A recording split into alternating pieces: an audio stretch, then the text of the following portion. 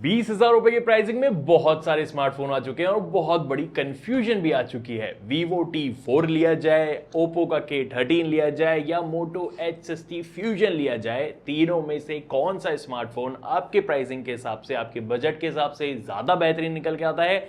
आज की वीडियो में फुल टू तीनों को कंपेयर करके आपको बताने वाला हूं ना कि Oppo K13 लिया जाए, Moto H60 Fusion लिया जाए या Vivo T4 लिया जाए। वैसे एक चीज तो क्लियर है कि तीनों के बॉक्स में आपको केबल चार्जर मिल जाएगा। वैसे एक ही स्मार्टफोन है जिसके बॉक्स के अंदर आपको कवर नहीं मिलता है, वो है Moto H60 Fusion। बाकी में आपको कवर भी मिल जाएगा। बट यहाँ पे अगर मैं प्राइसिंग की बात करूँ ना, Motorola H60 Fusion का 256GB वाला वेरिएंट अराउंड 21,000 में मिल जाएगा, जहां पे Vivo T4 का आपको अराउंड 22,000 में मिल जाएगा एंड Oppo का अराउंड 19,000 में मिल जाएगा। ये मैं 256GB वाली वेरिएंट की बात कर रहा हूं क्योंकि यार मोटो में 128GB आता ही नहीं है और पर्सनली मैं भी आपको यही रिकमेंड करूंगा कि 128GB फिलहाल 2025 में ना लें तो ही ज्यादा बेटर है, क्योंकि यार देखो SD कार्ड स्लॉट आ नहीं रहा है, मेमोरी बहुत जल्दी बढ़ जाएगी, भर गई तो मतलब आपका फोन भी जल्दी स्लो हो जाएगा।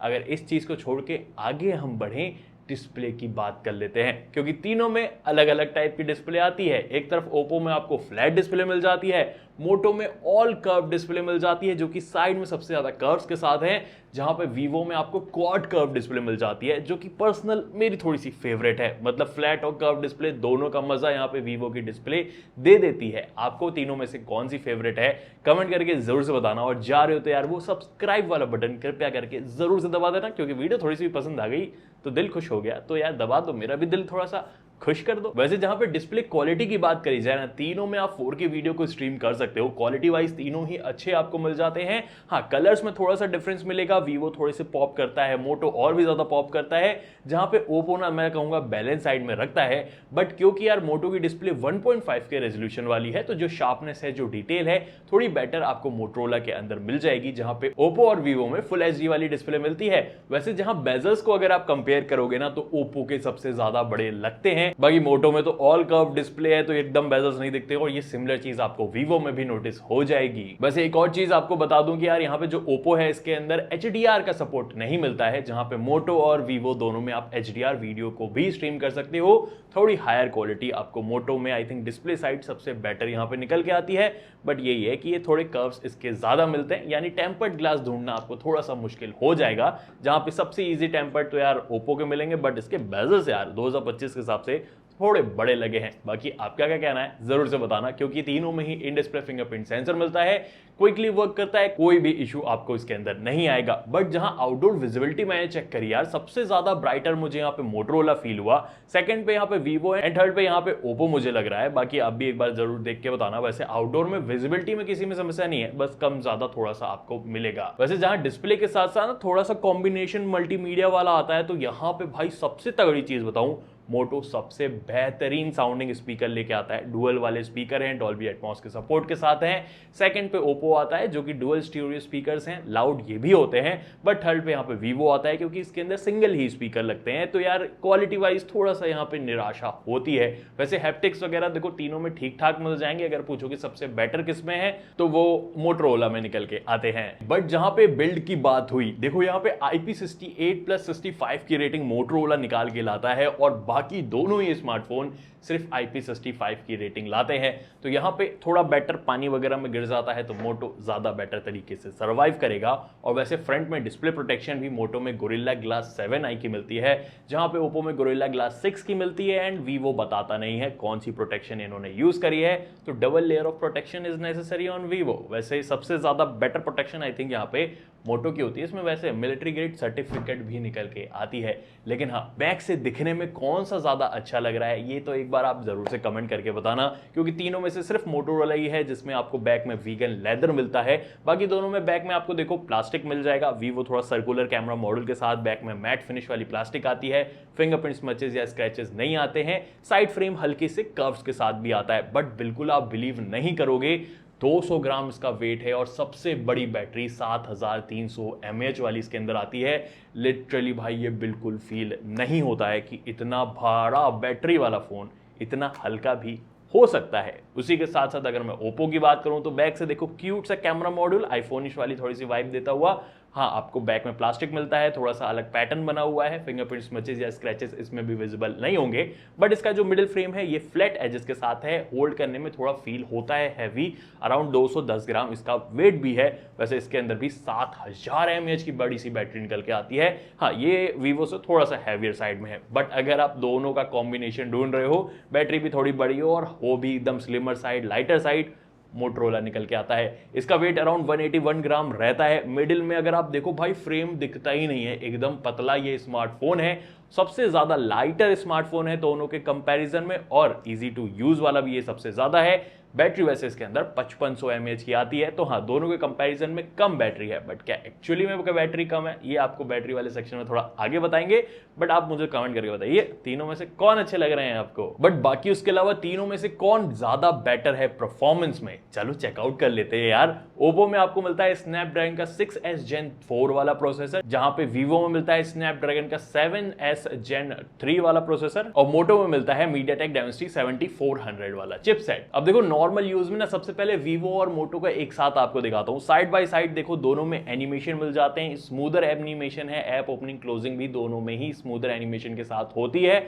दोनों में बहुत बड़ा वाला नॉर्मल यूज में आपको डिफरेंस नहीं फील होगा, और यही चीज अगर आप चेकआउट करोगे वीवो और ओप्पो के साथ भी, तो यहां पे भी स्मूथ एनिमेशन दोनों में है, ऐप ओपनिंग टाइम भी दोनों में सिमिलर मिलता है, इवन फास्ट ऐप ओपन करके भी दिखाऊंगा, बहुत बड़ा डिफरेंस नहीं है, इवन मल्टीटास्किंग में भी आपको कोई डिफरेंस यहां पे फील नहीं होने वाला है। तो नॉर्मल यूज आप करोगे तीनों में ही आराम से कर लोगे। हाँ, इतना मैं जरूर से कहूंगा कि मोटो की यूआई मुझे थोड़ी ज्यादा जिटर्स दी है। सेकंड नंबर पे मैं वीवो को रखूंगा, एंड थर्ड पे मैं ओप्पो को रखूंगा, क्योंकि ओप्पो सबसे ज्यादा स्मूदर साइड मुझे लगा है। इसकी वजह यह है कि इसके अंदर फास्टर UFS 3.1 स्टोरेज मिलती है, जहां पे मोटो में और वीवो में UFS 2.2 वाली स्टोरेज मिलती है। वैसे अगर आप एंतुतु स्कोर देखोगे ना, सबसे ज्यादा स्कोर यहाँ पे वीवो कर रहा है, सेकंड नंबर पे मोटो और ओप्पो दोनों ही आसपास आपको मिलेंगे। लेकिन हाँ, जहां पे मैंने थोड़ी हैवी चीज ट्राई करी, तो यहाँ पे मैंने तीनों में एक साथ काइंड मास्टर में सेम फाइल रखी है, और तीनों को फास्ट फॉरवर्ड करके दिखाता हूँ। यहाँ पे देखोगे मोटो सबसे पहले फिनिश कर जाता है, जहां पे वीवो और जो ओप्पो है दोनों एकदम साथ साथ आके फिनिश करते हैं। वैसे ये चमत्कार सिर्फ एडिटिंग टाइम में ही मुझे दिखा, बाकी यार कैमरा एप्लीकेशन में जरूर से मोटो में आपको यूआई में जो है लैग्स वगैरह मिलेंगे, वो आपको IQ और ओप्पो में बिल्कुल नहीं देखने को मिलने वाले हैं। बट थोड़ी और हैवी चीज अगर आप गेमिंग करना चाहते हो, देखो बेसिक तरीके से आप तीनों के ही अंदर 60 FPS वाली गेमिंग जो है कर लोगे BGMI के अंदर, कोई भी इशू नहीं आएगा। नॉर्मल गेमिंग तीनों में ही ठीक हो जाती है, तीनों ही वेल ऑप्टिमाइज्ड हैं। बट अगर आप पूछो कि सबसे ज्यादा लॉन्गर गेमिंग किस में ज्यादा बेटर होती है, तो वो आपको क्लियरली वीवो के अंदर मिलेगी। वीवो ज्यादा बेटर सफिशिएंट तरीके से 60 FPS वाली लॉन्गर टर्म के लिए गेमिंग करा देता है।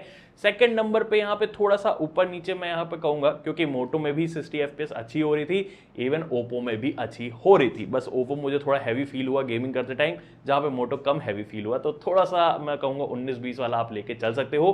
वैसे तीनों ने ही शॉक कराया मुझे, सरप्राइज कराया मुझे कि यार ओवर हीट नहीं हो रहे हैं, तो ये चीज अच्छी है कि तीनों में जो कूलिंग चैम्बर है अच्छा वाला यूज करा है। वैसे ओप्पो को तो एक बात कहनी पड़ेगी, UFS 3.1 दे के ना इन्होंने अपने चिपसेट के साथ बैलेंस कॉम्बिनेशन ज्यादा बेटर बैठाया है, और ये फ्यूचर में जल्दी स्लो नहीं होगा, ये चीज एक इसके अंदर बेटर होती है। बाकी आप जरूर से बताना कि क्या कौन सा अच्छा परफॉर्म कर रहा है, बट मैं जरूर से आपको बता सकता हूं कि नेटवर्क कनेक्टिविटी के मामले में मोटो को कोई पिछाड़ नहीं सकता। 5G प्लस का, 4G प्लस का और 5G के सबसे ज्यादा बैंड मोटो के अंदर आते हैं, जहां पे वीवो और जो ओप्पो है दोनों में 5G का सपोर्ट मिल जाएगा एंड 4G का सपोर्ट मिल जाएगा। यहाँ पे तो यार ओप्पो के अंदर मुझे 5G प्लस या 4G प्लस दोनों ही नहीं मिला, वीवो के अंदर कभी कभी वो मिल भी गया था। वैसे हाँ, तीनों में ही NFC का सपोर्ट नहीं है। एंड एक और शॉकिंग चीज, मोटो में आपको SD कार्ड का भी सपोर्ट मिलता है, जहां पे ओप्पो और वीवो में आपको वो भी नहीं मिलेगा। तो मोटो एक ऑलराउंडर बनता हुआ जा रहा है, और एक जगह और बन जाएगा ना जब बात होगी सॉफ्टवेयर की। देखो वैसे तो तीनों ही Android 15 पे आपको बेस्ड मिलेंगे, तीनों में अलग अलग UI है,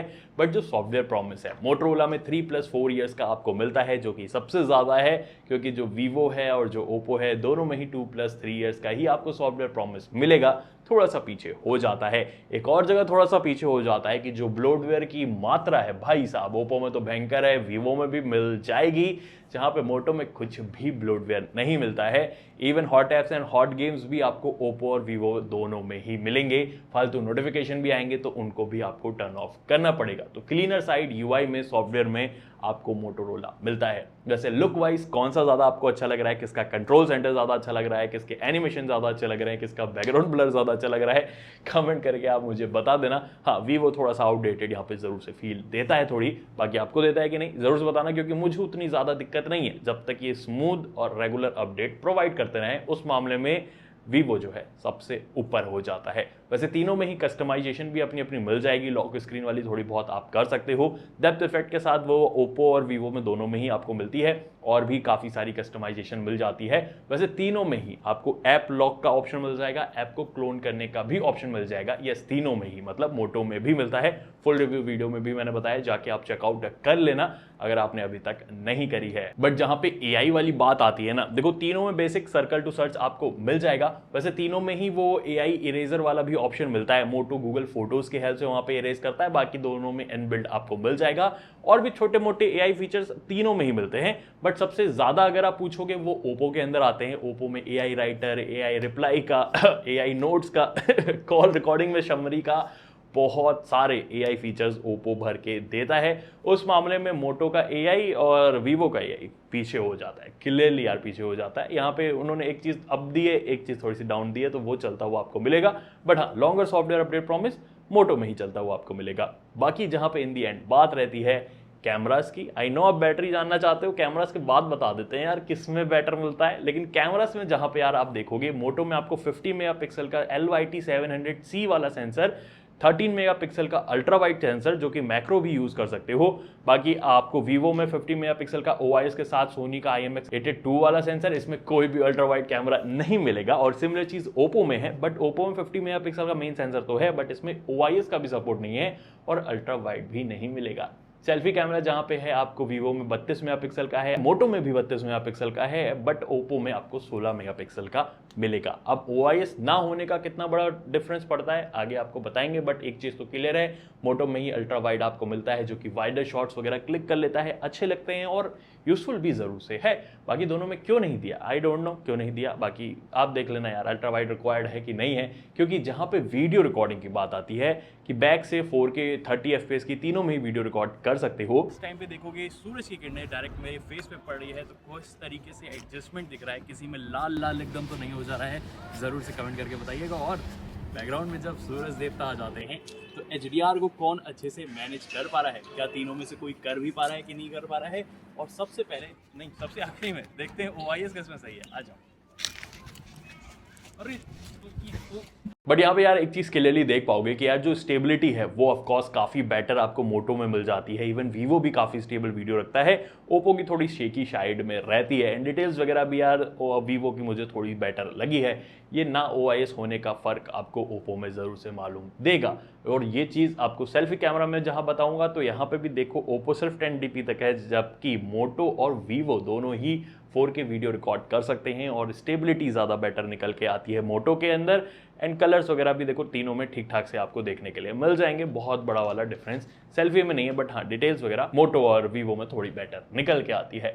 बट जहाँ पे मेन सेंसर की बात आती है भाई, बहुत टक्कर वाला मुकाबला है। देखो नॉर्मल डे लाइट में शॉट्स देखोगे 1x के अंदर तो तीनों ही बहुत ही सही परफॉर्म कर रहे हैं। मतलब हाँ ऑफकोर्स आपको थोड़ा कलर ट्यूनिंग का डिफरेंस मिल जाएगा, जहाँ पे मोटो और ओप्पो जो है थोड़े कॉन्ट्रास्टी ट्यून के साथ लेके आता है। और यहाँ पे तीनों में वेल बैलेंस्ड अगर मैं बोलूंगा तो यार मुझे यहाँ पे वीवो के शॉट्स ज़्यादा बेटर लग रहे हैं। वैसे स्किन टोन वगैरह में भी वीवो ज़्यादा बेटर ऑप्टिमाइज यहाँ पे करके रखता है।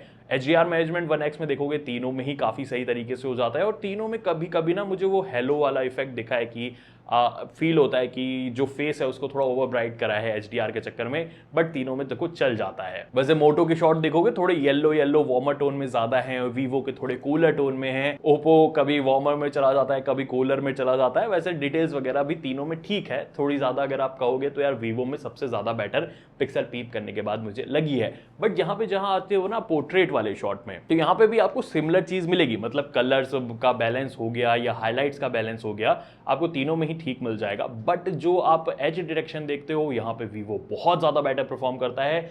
जहाँ पे ओप्पो और मोटो हैं दोनों सिमिलर टाइप का आपको परफॉर्म करते हुए मिलेंगे। एंड डिटेल्स में ना कभी कभी आप देखो जो मोटो है कम हो जाता है, क्योंकि ओवर कॉन्ट्रास्टी वाली ट्यून है तो थोड़ा डार्कर भी यहाँ पे हो जाता है। और सम टाइम मैंने देखा है कि जो HDR है वो ओप्पो में उतनी अच्छी तरीके से वर्क नहीं करता है। कंसिस्टेंसी थोड़ी सी ओप्पो में HDR में कम है, बट बहुत तगड़ी वाली चीज आती है जब आप लो लाइट के अंदर जाते हो। सीरियसली अगर आप एक चीज नोटिस करोगे ना कि यार ओप्पो में OIS नहीं है, यहाँ पे डिफरेंस मिलता है कि उसमें इतनी खास डिटेल नहीं है। जहाँ पे यार जो वीवो है ऑफकोर्स सबसे बेटर डिटेल को कैप्चर कर रहा है, और जो मोटो है वो भी यार मैं कहूँगा बैलेंस हाइट में रहता है। अब क्योंकि मोटो ना अपना ओवर कॉन्ट्रास्टी वाला टोन लेके चलता है, तो जहाँ पे अगर डार्कर चीज़ है लो लाइट में वो ओवर डार्क हो जाती है, जहाँ पे उस चीज़ को वीवो थोड़ा बेटर बैलेंस करता है। ओप्पो भी उस चीज़ को इतनी अच्छी तरीके से बैलेंस नहीं कर पाता है। और यहाँ पे अगर आप पोर्ट्रेट में भी देखोगे ना सिमिलर चीज़ आपको फील हो जाएगी कि यस जो वीवो है ज़्यादा बेटर शॉट्स को कैप्चर कर रहा है ओप्पो और मोटो के कंपैरिजन में। वैसे जूम इन वाले शॉट्स देख लो आपको कौन से ज़्यादा अच्छे लग रहे हैं, एक बार आप मुझे कमेंट करके ज़रूर से बता देना। वरना अगर आप क्लियर कट मुझसे पूछोगे तो मुझे पर्सनली वीवो के शॉट्स चाहे डे लाइट हो चाहे लो लाइट हो ज़्यादा बेटर लगे हैं। ओप्पो के डिसेंट से हैं, मोटो में वो ओवर कॉन्ट्रास्टी वाला ट्यून आ जाता है, ओप्पो में OIS नहीं है तो लो लाइट में वो थोड़ी सी मात खा जाता है। बाकी आप ज़रूर से अपने राय कमेंट सेक्शन में दे दीजिएगा। क्योंकि जहां सेल्फी कैमरा की बात आती है यहां पे लिटरली कहूंगा ना कि यार वीवो को ना थोड़ा फिक्स करने की जरूरत है। बैक कैमरा में बहुत तगड़ा परफॉर्म कर रहे थे, बट फ्रंट में डिटेल से ही मिस आउट कर देते हैं। यहां पे आप देखोगे मेरे बियर्ड पे बिल्कुल डिटेल ही आपको नहीं मिलेगी, जिसके कंपैरिजन में जो मोटो है ओप्पो है ज्यादा बेटर तरीके से कैप्चर कर रहा है सेल्फी कैमरा। बट मोटो में थोड़ी ओवर शार्पनेस वाली ट्यून आपको मिल जाएगी, खास करके अगर आप नॉर्मल डे लाइट कंडीशन में चेकआउट करोगे।